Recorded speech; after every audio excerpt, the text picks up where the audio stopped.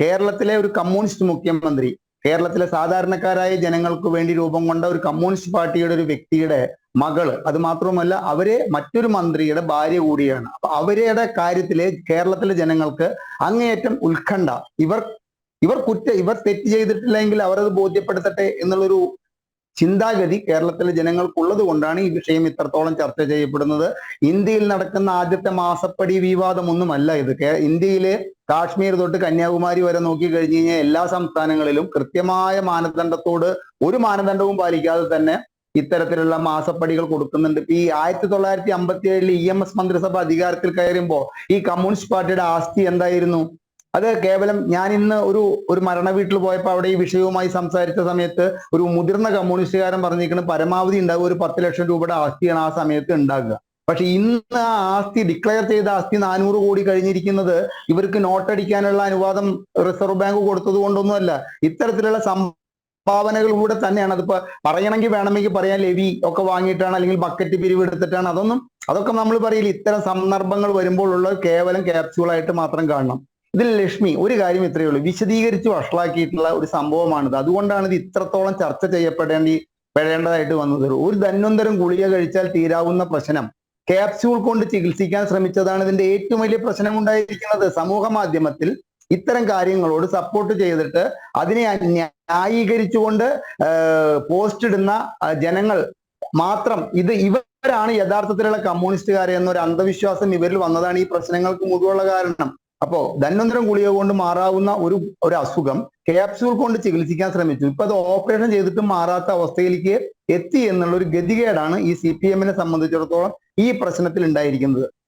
ഞാൻ ആ പ്രശ്നത്തിലേക്ക് വരുന്നതിനെക്കാട്ടിലും മുമ്പ് എനിക്കിവിടെ ഈ ഇടതുപക്ഷ പ്രതിനിധി കുറെ കാര്യങ്ങൾ പറഞ്ഞുകൊണ്ട്, അതായത് ഈ ഇന്ത്യയിലെ ഇത്തരത്തിലുള്ള ഇപ്പോ BJPയുടെ നേതൃത്വത്തിലുള്ള കേന്ദ്ര സർക്കാരിന്റെ ED, അതുമാതിരി തന്നെ SFIO തുടങ്ങിയ അന്വേഷണ ഏജൻസികൾ മറ്റ് സംസ്ഥാനങ്ങളിൽ നടത്തുന്ന കാബാലികമായ ഇടപെടലുകളെ തുടർന്നിട്ടുള്ള പ്രശ്നത്തിന് അദ്ദേഹം വളരെയധികം വാചാലനാവുന്നതുകൊണ്ട് എന്റെ പ്രിയ സുഹൃത്തെ, അവിടെ എന്തോ നടക്കട്ടെ. ഞങ്ങളുടെ നികുതിപ്പണം വാങ്ങിയിട്ട് നിങ്ങളുടെ സർക്കാർ, അതായത് ഇടതുപക്ഷ സർക്കാർ കേരളം ഭരിക്കുന്നു. അതിനെ കമ്മ്യൂണിസ്റ്റിന്റെ ബാനർ ചാർത്തിക്കൊണ്ടുള്ള ഒരു മുഖ്യമന്ത്രിയാണ് കേരളം ഭരിക്കുന്നത് എന്ന് പറയുന്നു. അദ്ദേഹത്തിന്റെ മകളെ കുറിച്ചിട്ട് ഇത്തരത്തിൽ 1,72,00,000 രൂപ അവർ ചെയ്യാത്ത സേവനത്തിന് ഒരു സ്വകാര്യ കമ്പനിയിൽ നിന്നും അവർ മാസപ്പടിയായി വാങ്ങി എന്ന ആരോപണം വരുന്നു. ഇത് ഈ ക്യാപ്സ്യൂൾ കഴിച്ചിട്ടും ഈ വിഷയം ഇത്രത്തോളം, ക്യാപ്സ്യൂളുകൾ ഇറക്കിയിട്ട് ഈ വിഷയം ഇത്രത്തോളം നാറാൻ കാരണം എന്താ? നിങ്ങൾ പറയുന്ന ഒരു കരാറിന്റെ അടിസ്ഥാനത്തിലാണ് ഈ 1,72,00,000 രൂപ. നിങ്ങളിപ്പോ കർണാടക ഹൈക്കോടതി, താങ്കളുടെ സംസാരത്തിൽ പറഞ്ഞു കർണാടക ഹൈക്കോടതിയിൽ ഇതിന്റെ കാര്യങ്ങൾ ബോധ്യപ്പെടുത്തേണ്ടി വരില്ലേ? എന്തിനാണ് കർണാടക ഹൈക്കോടതി?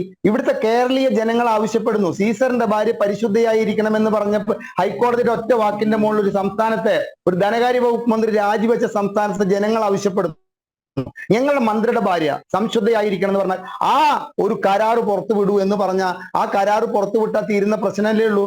സേനാപതി വേണുവിനെ പോലെയൊക്കെയുള്ള വിവരമുള്ള അഭിഭാഷകർ അത് നോക്കിക്കൊണ്ട്, അല്ലെങ്കിൽ നമ്മുടെ മാത്യു കുഴനാടനെ പോലുമുള്ള വിവരമുള്ള അഭിഭാഷകർ അത് നോക്കിക്കൊണ്ട് അതിൽ കഴമ്പില്ല, ഇത് സത്യമാണ്, ഞങ്ങൾ ഉന്നയിച്ച ആരോപണങ്ങളിൽ കഴമ്പില്ല, ഇത് സത്യമാണ് എന്ന് തോന്നിക്കഴിഞ്ഞാൽ തീരാവുന്ന പ്രശ്നമല്ലേ ഉള്ളൂ. GST അടച്ചോ? അടുത്ത ചോദ്യമായിരുന്നു. GST 1,72,00,000 രൂപയുടെ GST അടച്ചോ? ഇത് ചോദിക്കുന്നവരുടെ മാനദണ്ഡം എനിക്ക് മനസ്സിലാകുന്നില്ല.